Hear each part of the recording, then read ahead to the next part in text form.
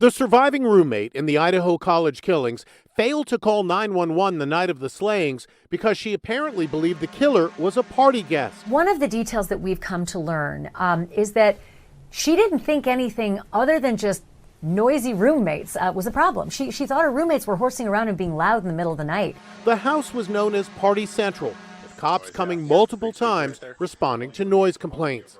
News Nation's Ashley Banfield says a source close to the investigation gives her the fullest explanation yet about why the roommate, Dylan Mortensen, never called 911 despite coming face to face with the suspect. Wasn't a statement attributed to her that she was frozen in fear, which is why she didn't call 911? The words that the affidavit quotes are a frozen shock phase, which I could imagine a young woman in the middle of the night peeking out into her very dark house and seeing a lone male that she didn't recognize walking towards her as a little scary.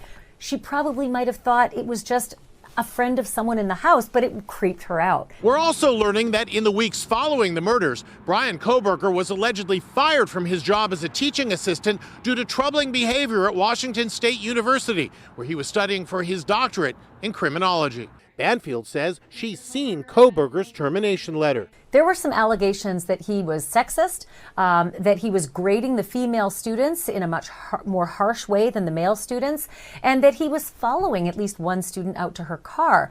And he was spoken to, and apparently he didn't correct his behavior. 1 month after the November 13th murders, he was fired after allegedly getting into a second altercation with a professor. He was in a volatile relationship with a professor. He allegedly treated female students in an inappropriate way. Do any of these things tell us potential why?